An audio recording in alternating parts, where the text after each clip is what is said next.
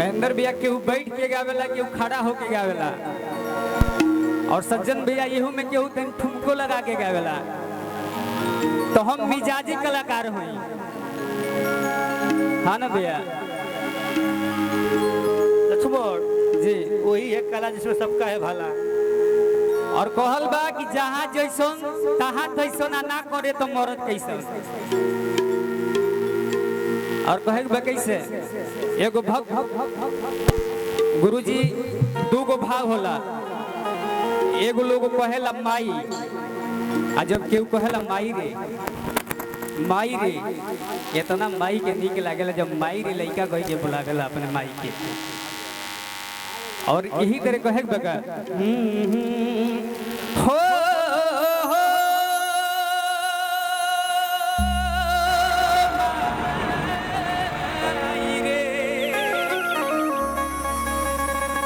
कि मोरी मैरिया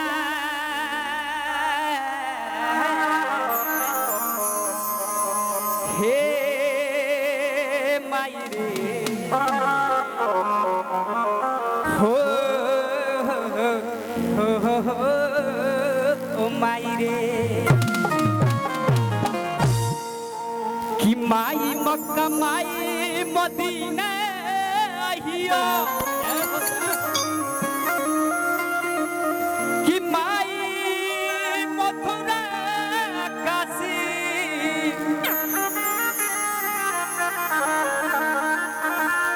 आजी जी माई की करी ना पूजा धर्म करम सब नासी। हम सभी के बीच बहुत अच्छे भजन गाए मेरे बड़े भैया श्याम सुंदर जी बैठे हैं। और लाइन का गौर कीजिएगा कि कर जा माई के ना अरे चुकौले भगवान हो तो महिमा महान माई के।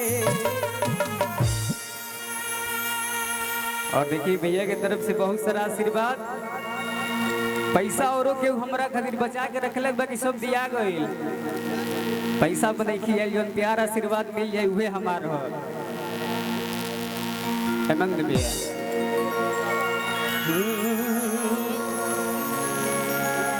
और भक्त माई से कहत है और रतिया कहतिया वो अपने गाना के सुना देती हैं 2 लाइन ओकर बाद से दूसरा गाना सुनाए। कहे से कि राधे भैया राधे पटेल जी का कहना था कि अपना एक गाना सुना दीजिएगा। सैया गोरखपुर से ले लिया चुनरी गुरु जी।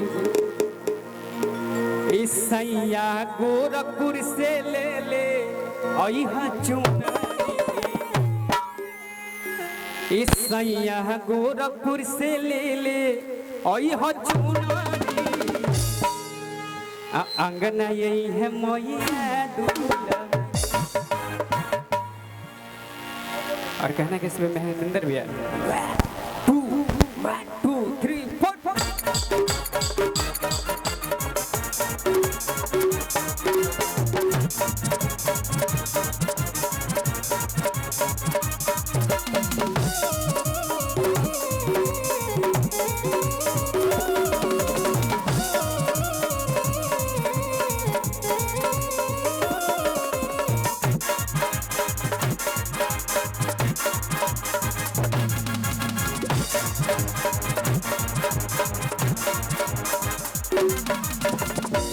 सैया गोरखपुर से सैया गोरखपुर से ले ले चुनरी। सैया गोरखपुर से ले ले चुनरी। अंगना यही है मैया सैया गोरखपुर से ले ले चुनरी। अंगना यही है मैया दूल्ही आई है मैया दूल्ही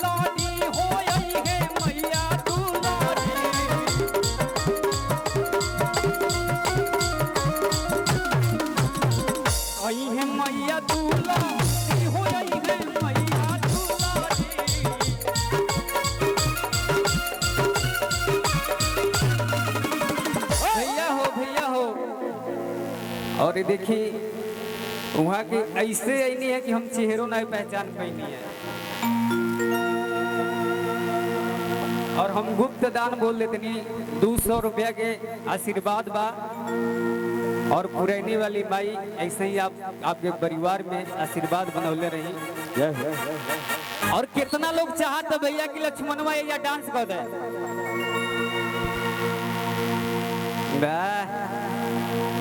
और कहे कैसे भैया महेंद्र भैया कि अगला साल गोहिल, अगला साल गोहिल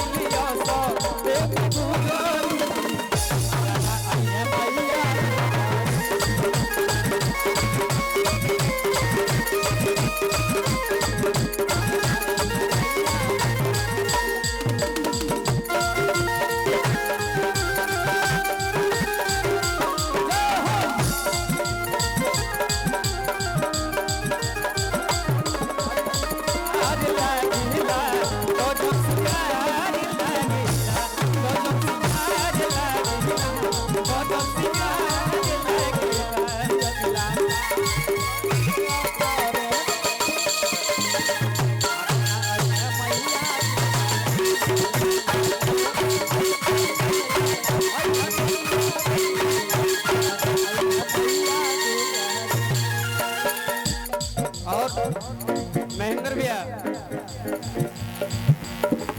मेरे बड़े भैया अंगद ब्रह्मा जी की तरफ से 1100 रुपया के आशीर्वाद।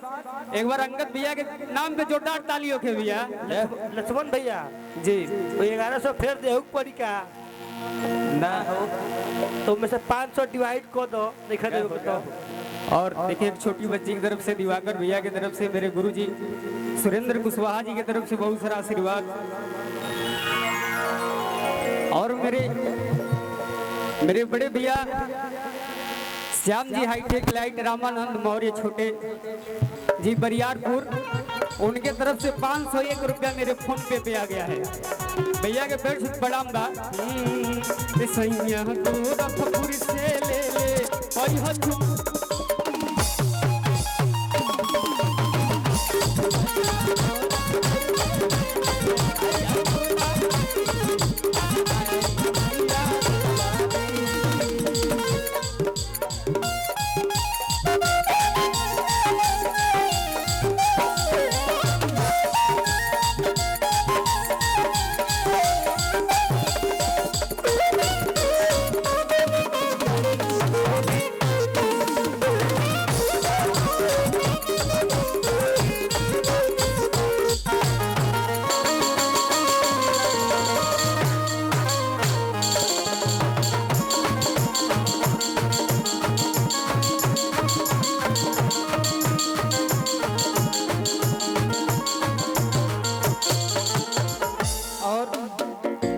मेरा भाई सत्यम के सरवानी जी, उनके तरफ से 201 रुपया के आशीर्वाद भैया का प्रणाम है।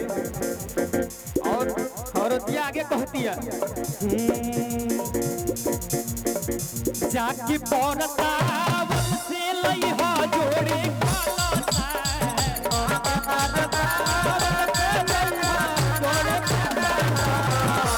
मम्मी पूजे हमरा मोहन में बाला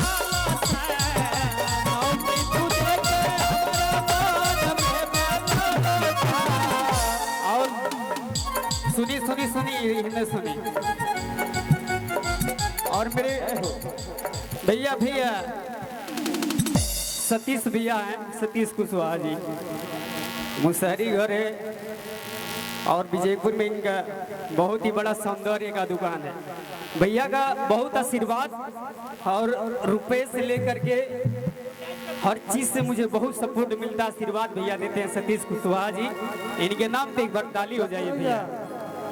कुछ मांगे नहीं किया भैया, रुपया पैसा भी नहीं किया, ये जोन मिल जाता है आप लोग के आशीर्वाद वाला लक्ष्मणवा के इहे पावे खातिर आइल आप लोग के प्यार आशीर्वाद। और सतीश भैया कहे बगैर ये आशीर्वाद चाहो जी पब्लिक के डिमांड बा कि सतीश भैया आपके साथ। हाँ यही खातिर रोकोले बनी है के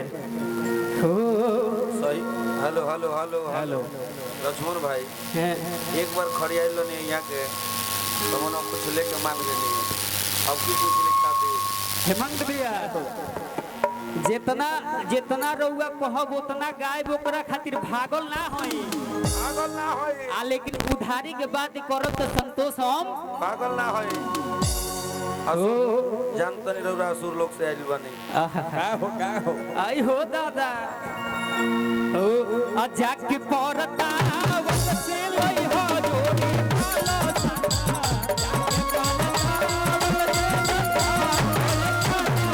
नवमी पूजे के हमरा मन में नवमी पूजे के अब ठीक लागत तनु ए सैया मथौली से ए सैया